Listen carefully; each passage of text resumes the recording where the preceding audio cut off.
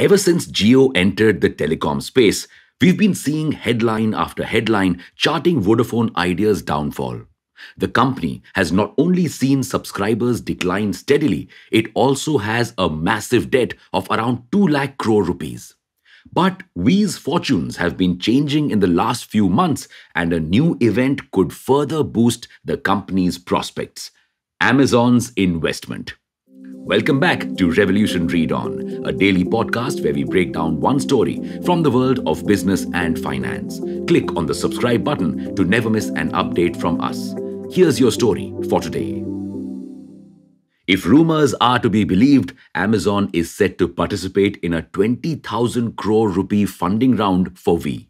And it's been thinking about this deal for quite some time now.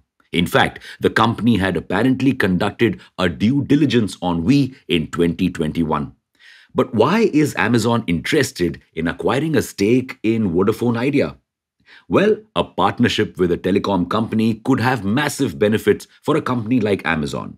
For starters, this could help it increase its customer base.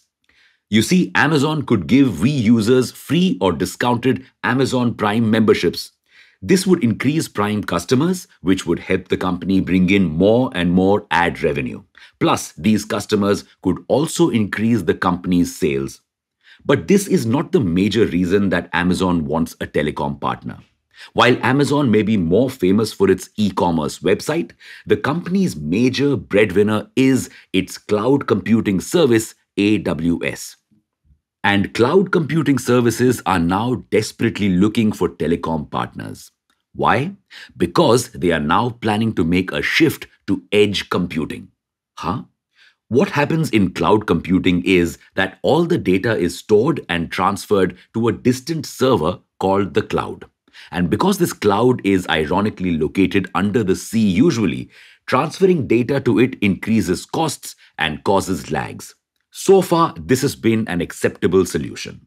But now that we are relying more on faster internet, machine learning, and machine-to-machine interactions, these lags and high costs are bad for business.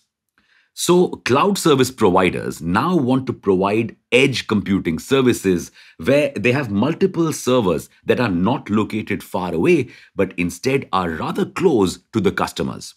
For this, these cloud computing providers would have to develop a significant amount of infrastructure in various countries. But they decided to take the smart way out: piggyback on telecom infrastructure, which is already widespread. That's where Amazon's interest in Vi stems from. The telecom has two big data centers worth $1 billion in India, though some believe they are overpriced. 70 small data centers and 1.6 lakh kilometers of fiber optic network. And all of this infrastructure will not just help Amazon in its edge computing. You see, Amazon is also planning on launching its own satellite network, Project Kuiper, soon. This will be kind of like Elon Musk's Starlink, with satellites providing internet connectivity.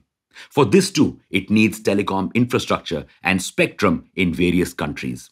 Setting up from scratch would involve complying with too many regulations, which would be costly and time-consuming. So, it is partnering up and investing in different telecoms in different countries. But why not partner with a stronger telecom player? Like Reliance, which has a 3.25 lakh kilometer fiber optic network, or Airtel, which has a 2.5 lakh kilometer fiber optic network. Well, Amazon had been interested in Airtel, but Google snapped it up. Meanwhile, Jio was taken up by Facebook. So Vi and Amazon now only have each other to fall back on. And even though Vi's fortunes have been improving after the company decided to give the government a majority stake instead of paying interest on its adjusted gross revenue dues, it still is bleeding customers. Also, Amazon has its own concerns. You see, edge computing is an up-and-coming technology. Entering this space ahead of time could be a huge disadvantage. Given the scale and magnitude of the technology that Amazon is envisioning, this may not happen anytime soon. And this could be a huge problem for Vi, as it needs cash right now to bid in the upcoming 5G spectrum auctions. If it can't get its hands on the appropriate spectrum bands, it might just be game over for the network.